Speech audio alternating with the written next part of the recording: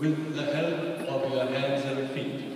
And if nothing helps, a smile will do.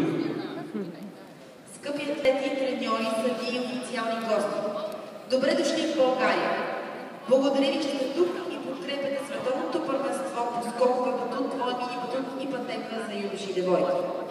813 състезатели от 46 държави на 5 континента са тук, за да премерят сили в любимия спорт.